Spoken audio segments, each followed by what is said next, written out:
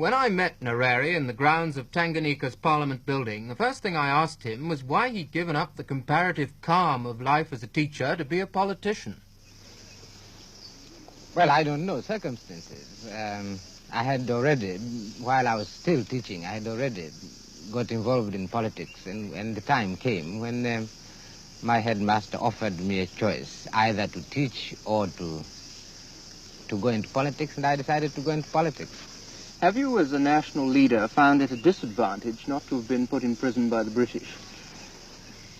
I think there is a little disadvantage, but I'm not going to try and go into prison.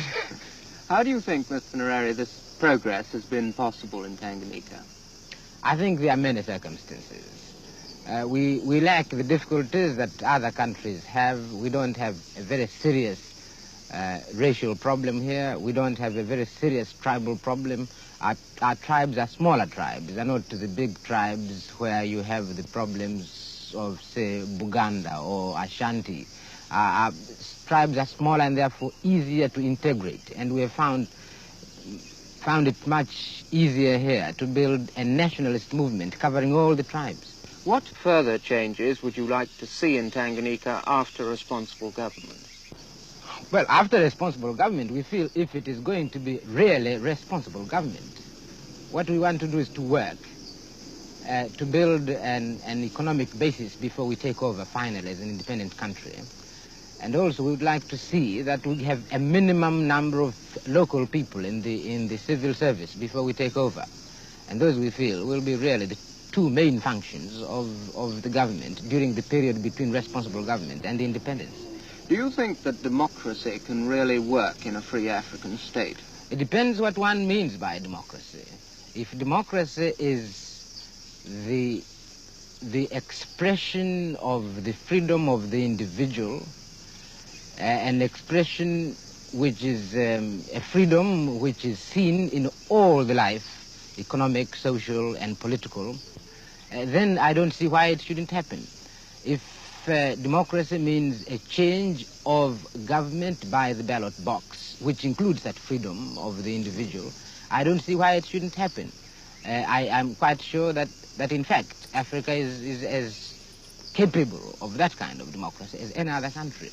If by democracy you mean certain institutions like numerous political parties or two political parties and a parliament and oppositions and all this, that one doesn't know because the method of the preservation of the human rights, which to me is the essence of democracy, will depend very much upon the circumstances and history of a country.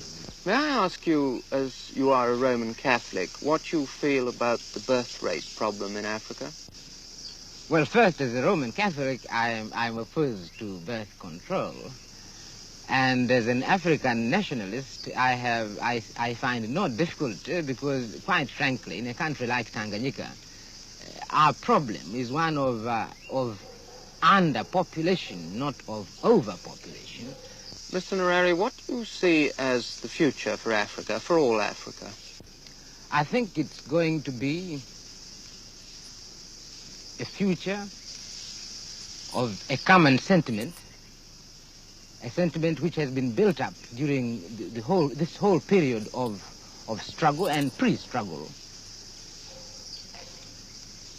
And I can see Africa myself speaking as a continent with a greater unity, a greater uniformity than any other continent in the world.